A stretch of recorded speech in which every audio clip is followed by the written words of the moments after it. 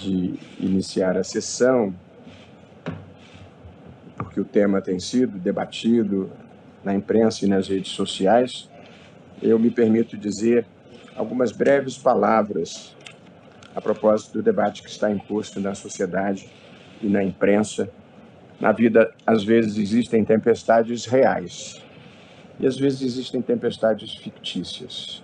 Acho que nós estamos diante de uma delas. Muito breve e objetivamente, eu gostaria de registrar o seguinte a propósito das discussões que têm sido travadas de ontem para hoje. Em primeiro lugar, todas as informações que foram solicitadas pelo Supremo Tribunal Federal e pelo relator dos inquéritos, o ministro Alexandre de Moraes, referiam-se a pessoas que já estavam sendo investigadas e, portanto, o inquérito que já estava aberto perante o Supremo Tribunal Federal. Informações voltadas à obtenção de dados diante da denúncia de reiteração das condutas de desinformação e de circulação de ataques à democracia e de discursos de ódio. Portanto, em nenhuma hipótese e em nenhum caso houve phishing expedition dirigida personalizadamente a qualquer pessoa de maneira aleatória. Informações para instruir inquéritos que já estavam em curso. Em segundo lugar, e muito importante, todas essas informações solicitadas eram informações públicas, solicitadas ao órgão do Tribunal Superior Eleitoral, que fazia o acompanhamento das redes sociais. Portanto, não houve aqui nenhum tipo de investigação de natureza policial ou investigação que dependesse sequer de reserva judicial.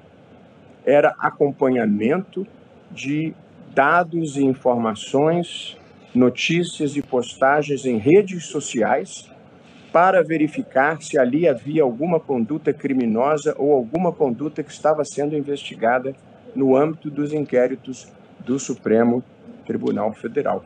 É muito importante deixar isso claro. Não houve pedido direcionado aleatoriamente a qualquer pessoa. Em terceiro lugar, o condutor dos inquéritos aqui no Supremo, diversos inquéritos da fake news, das milícias digitais, da tentativa de golpe e os seus diferentes desdobramentos, eles são conduzidos aqui no Supremo Tribunal Federal pelo ministro Alexandre de Moraes, como é próprio dos inquéritos, são conduzidos por um relator e quando há alguma decisão que envolva reserva judicial ou alguma complexidade, ela é ratificada pelo plenário. Por acaso, o condutor do inquérito era também o presidente do Tribunal Superior Eleitoral. Portanto, eram a mesma pessoa, condutor do inquérito e presidente do Tribunal Superior Eleitoral. De modo que a alegada informalidade é porque geralmente ninguém oficia para si próprio. E, portanto, como as informações eram do presidente do Tribunal Superior Eleitoral para o condutor do inquérito, elas não eram formalizadas no momento da solicitação. Por isso havia algumas solicitações informais. Mas quando as informações chegavam, elas eram imediatamente formalizadas, inseridas no âmbito dos processos e dada vista ao Ministério Público. Portanto, não houve nenhuma circulação de dados ou informações que não estivesse documentado adequadamente no processo. Uma outra percepção equivocada que circulou a propósito deste assunto foi que haveria iniciativas de ofício, independentemente de provocação pelo Ministério Público. Muito importante observar, o Tribunal Superior Eleitoral, sobretudo em questões eleitorais, ele tem o que tecnicamente se chama poder de polícia, que significa poder de fiscalizar e poder de reprimir condutas impróprias, condutas irregulares.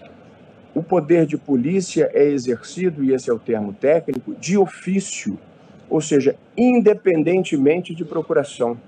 De modo que o TSE tem o dever jurídico de atuar sempre que exista a circulação de alguma desinformação que ofereça risco ao processo eleitoral ou ao processo democrático, do qual o processo eleitoral é uma decorrência. Portanto, a ideia de que foram iniciativas tomadas à margem da lei é completamente equivocada. É uma desinformação jurídica. O poder de polícia é exercido de ofício. Basta a verificação de que exista alguma coisa errada ou potencialmente errada acontecendo. Eu ainda gostaria de lembrar, em nome do tribunal e em defesa do ministro Alexandre de Moraes e dos ataques impróprios e injustos que tem sofrido, o contexto em que esses procedimentos se deram, para que não se faça um revisionismo histórico abstraindo do que nós estávamos vivendo naquela conjuntura de risco grave para a democracia. E eu fiz de memória alguns registros aqui dos ataques graves que o Supremo recebeu, inclusive vindos de altas autoridades, no dia de comemoração da independência do Brasil. Nós vivíamos um contexto de acampamentos nas portas de quartéis pedindo golpe de Estado para impedir a posse do presidente da República eleito democraticamente. Nós tivemos situações de bloqueio das estradas. Nós tivemos situações de ministros cercados, eu mesmo, por centenas de pessoas com ameaça de agressão. Nós tivemos inúmeras ameaças de morte a cada um de nós. Todos nós passamos a andar com segurança. Ninguém aqui andava com segurança no Supremo. Ninguém. E mais recentemente precisamos fazê-lo pelos sucessivos riscos que passamos a correr num evento que estivemos em Nova York, uma turba que depois se descobriu que estava recebendo diária para nos atacar, tentou virar em plena Quinta Avenida a van em que nós estávamos. E basta imaginar o que teria acontecido se eles tivessem conseguido efetivamente esse intento. Nós vivíamos a conjuntura em que, no dia da diplomação do atual presidente da República, a Polícia Federal foi depredada. Nós tivemos, nesse mesmo período, uma bomba que foi descoberta e desarmada antes de explodir no aeroporto de Brasília. Portanto, nós vivíamos uma conjuntura tensa e de gravíssimas ameaças à democracia, às instituições e às pessoas.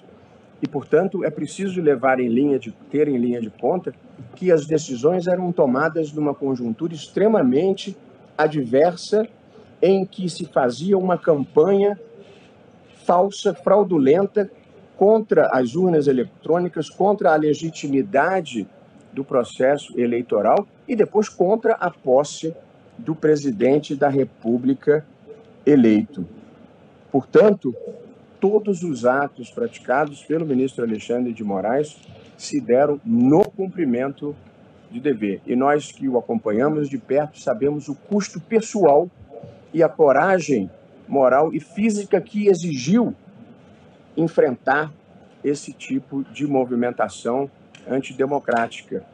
E o risco pessoal, quando nós aceitamos estar aqui, ainda é tolerável, mas pior é o risco para a família, para a esposa, para os filhos, as ameaças, de modo que ninguém imagina a tensão, o desconforto e o tipo de coragem que é preciso ter para se opor ao extremismo de uma maneira geral. Venha de onde vier, com a sua intolerância, com as suas ameaças, com a tentativa de intimidar.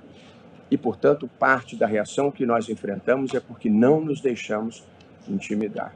E, portanto, nós não podemos rever a história esquecendo do que passou e do que nós tivemos que enfrentar nesse país, infelizmente, em ciclos de atraso que nós achávamos que já havíamos superado. E respeitando o papel da comunicação social porque nós não temos nada a esconder, tudo aqui é transparente e, portanto, a preocupação não é o tipo de notícia que vem à luz do dia, porque ninguém aqui tem nada a esconder e o papel da imprensa é divulgar mesmo a notícia que parece interessante para o público. Mas as interpretações equivocadas e as narrativas inverazes, essas nós precisamos enfrentar. Portanto, a nossa dificuldade não é com a divulgação de nenhuma informação. Isso não nos preocupa. Mas as interpretações erradas, essas nós precisamos desfazer, e essa é a única razão pela qual eu estou tratando desse assunto. E todos nós precisamos refletir seriamente a quem aproveita a construção de uma narrativa que procura descredibilizar quem impediu que aquelas forças prevalecessem no Brasil naquele momento histórico, trágico e muito difícil. O Supremo Tribunal Federal, como toda instituição humana, é passível de crítica e de divergência, e ninguém aqui se acha imune a visões críticas. Faz parte da vida. Numa democracia, a verdade não tem dono, ninguém tem o monopólio da virtude. Portanto, não é uma questão de ter crítica ou de divergir de decisões do Supremo. Nós decidimos as questões mais divisivas da sociedade brasileira. E, portanto, faz parte do nosso papel, ao interpretar a Constituição, com muita frequência, desagradar setores importantes da sociedade. Às vezes ao governo, às vezes à sociedade civil, às vezes aos ambientalistas, às vezes ao agronegócio, às vezes aos indígenas. A gente está sempre sujeito a desagradar algum segmento, e numa democracia todo mundo tem o direito de vocalizar a sua insatisfação, e nós convivemos muito bem com isso. Porém, nós somos comprometidos com a Constituição, nós somos comprometidos com a busca da verdade possível numa sociedade plural, nós somos comprometidos com a democracia e comprometidos com fazer um país melhor e maior. É para isso que todos nós estamos aqui. Nossos compromissos são com o Brasil. Nós não temos lado. Nosso lado é o Brasil, a democracia e a proteção dos direitos fundamentais. Portanto, não somos imunes a críticas, mas ninguém suponha, em algum momento, que esses não sejam os nossos compromissos. E, portanto, queria prestar esses esclarecimentos de fato, que considero muito importantes, e, de novo, para tudo nós temos uma explicação legítima do que é feito aqui. Nada é feito nas sombras, nada é feito na surdina, tudo é feito para cumprir a Constituição, as leis e para o bem do Brasil. E, por evidente, alguém pode pensar que o bem esteja em um lugar diferente, porque assim é próprio da democracia e das sociedades abertas.